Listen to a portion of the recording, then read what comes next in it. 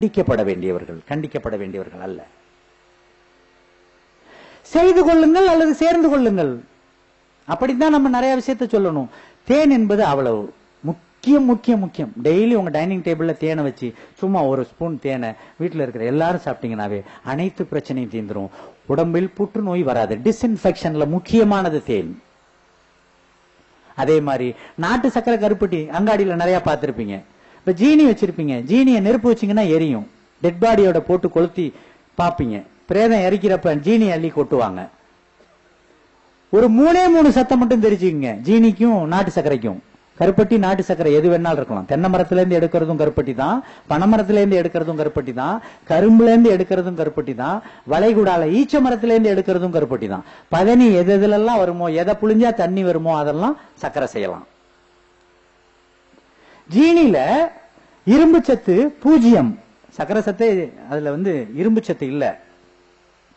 Phosphorus எரிசத்து ஒரே 1 milligram. கால்சியம்னு சொல்லக்கூடிய சுண்ணாம்பு சத்து 11.4. ஆனா நாட்டு சர்க்கரையில் எவ்வளவு தெரியுமா? சுண்ணாம்பு சத்து 80 மில்லிகிராம். 80. பாஸ்பரஸ் எவ்வளவு தெரியுமா? 40 மில்லிகிராம். இரும்பு சத்து எவ்வளவு தெரியுமா? 12 மில்லிகிராம்.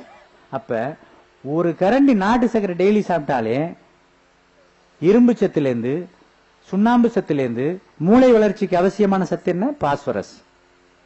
இந்த 3 சத்தும் அபண்டண்டா கிடைக்குதே ஒரு சின்னோண்டு ஒரு கரண்டி கருப்பட்டியில.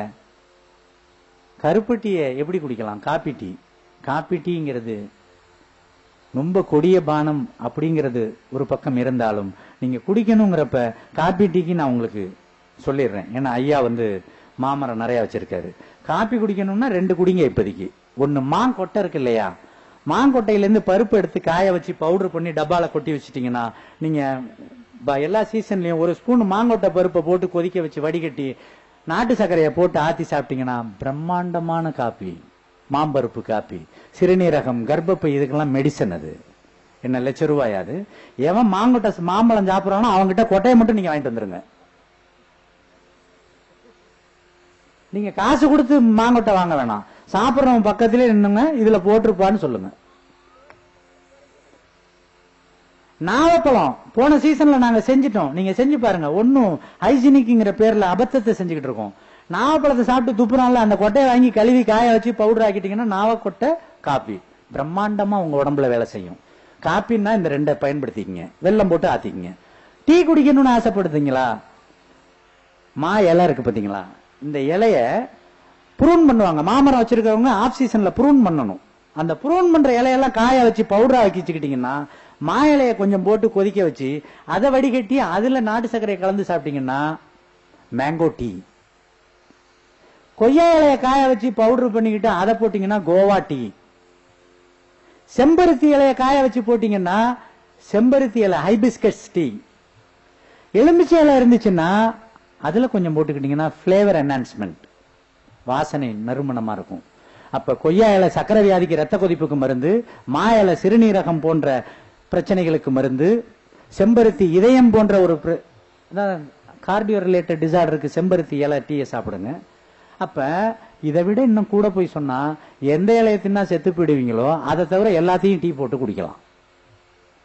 அப்ப செலவு தேவையில்லையே, செலவுங்கிறதே இல்லையே உங்களுக்கு. அப்ப என்ன வேணும்?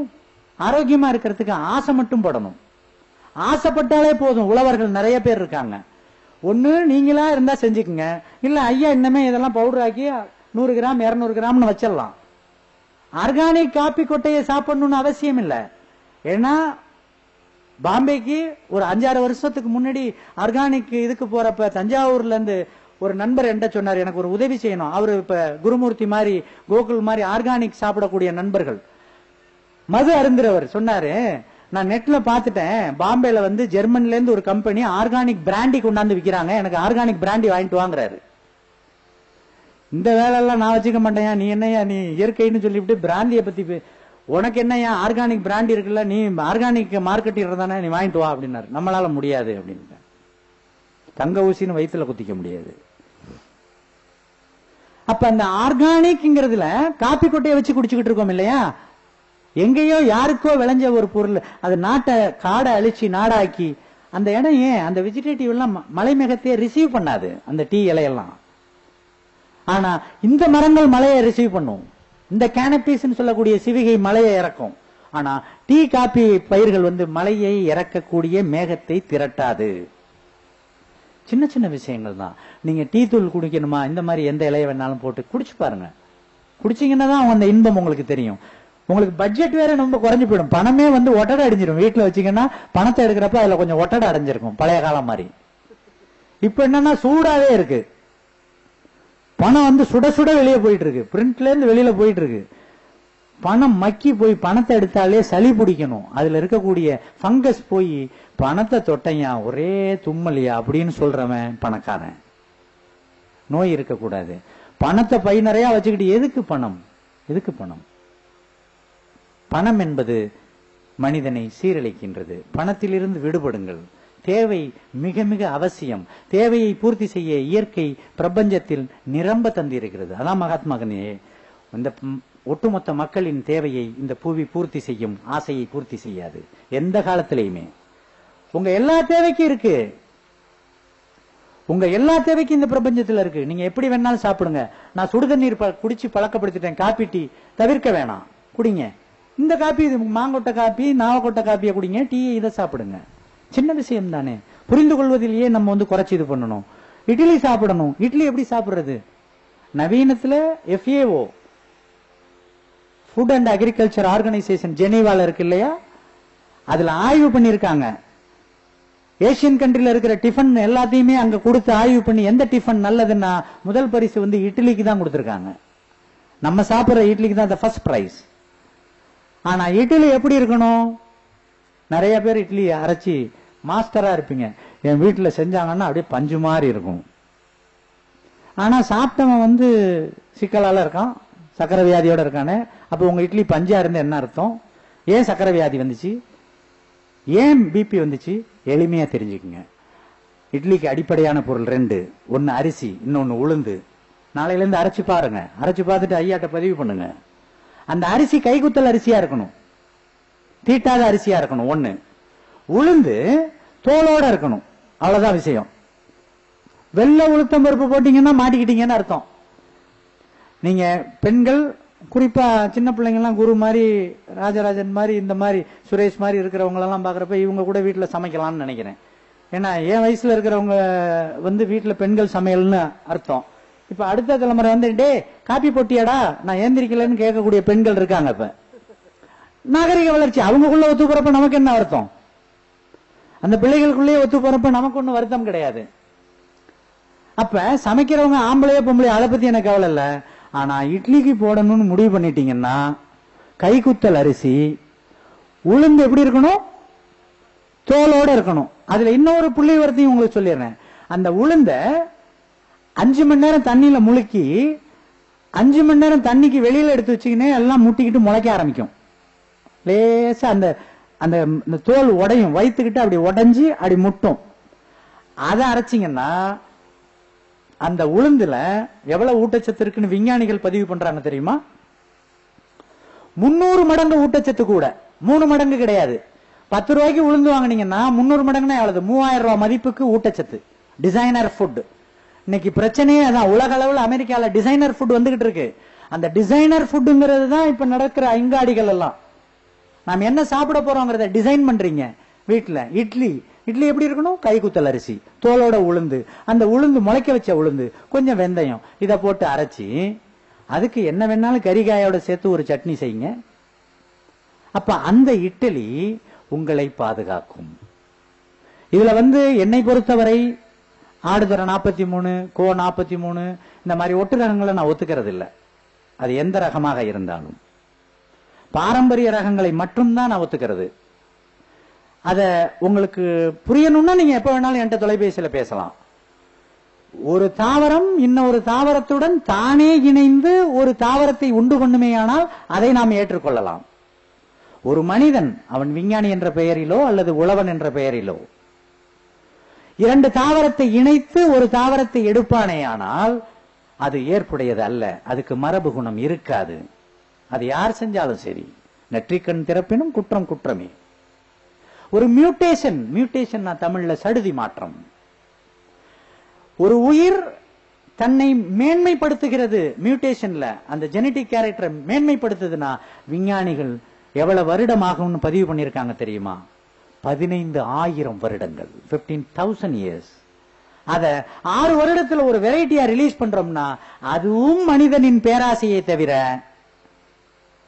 இந்த பிரபஞ்சத்தின் அடிப்படை ஆசை அல்ல.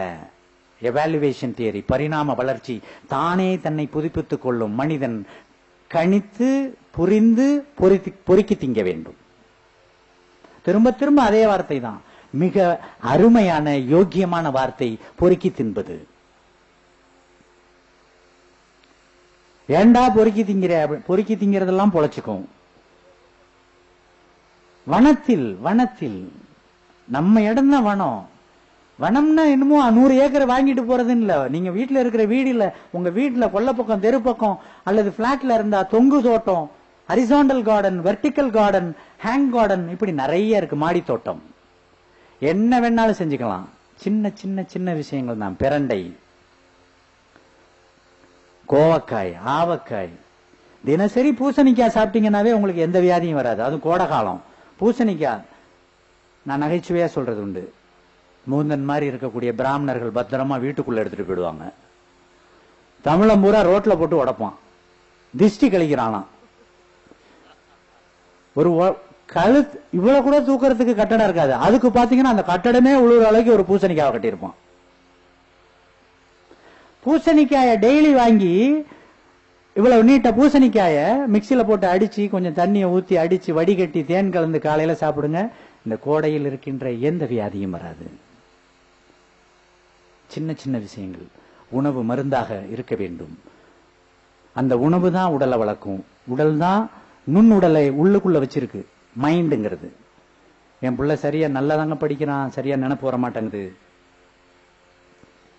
நல்லாதாங்க எல்லா வேலையும் செய்யறான், ஆனா சோர்ந்து போயிடறான். என்ன காரணம்? உணவில் குறைபாடு. காலில் போடுற செருப்புக்கு கொடுக்கிற முக்கியத்தை நம்ம வயிற்றுக்குள்ள போடுற உணவுக்கு தர்றதில்ல.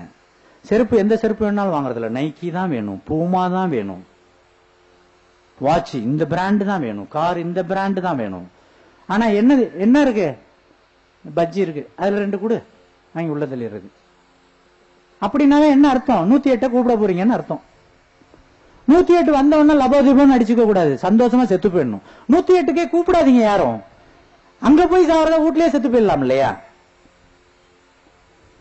108 சொல்றது நீங்க எல்லா தப்பும் பண்ணி சாகரத்துக்கு 1 மணி நேரத்துக்கு முன்னாடி போய் பொழைக்க வைக்கிறதுக்கு பேரு தீர்வு அல்ல. உங்க வீட்டில் இருக்கிற எல்லாருடைய உயிரும் உடலும் உங்கள் பொறுப்பில், உங்கள் கையில் இருக்கு. அதில் ஒவ்வொரு வேளையும் ஒவ்வொரு நிமிடமும் விழிப்புணர்வோடு இருந்து இயற்கை உழவர்களை பாதுகாத்து இயற்கை உணவை உண்டு இயற்கை வாழ்வியல் வாழ்ந்தால் உழவு என்பதும் வாழ்க்கை என்பதும் இன்பமயமானது. நண்புங்கள் நண்பர்களே, சகோதர சகோதரிகளே, நம் சமூகம் நம்மை மட்டும் நம்பி இருக்கிறது. நம் எதிர்காலம் நாம் நினைத்தால் மலரும். நினைப்போம். இன்றிலிருந்து குறைந்தபட்ச செயலில் இறங்குவோம். வாருங்கள், அனைவரும் செயல்படுவோம். நன்றி, வணக்கம்.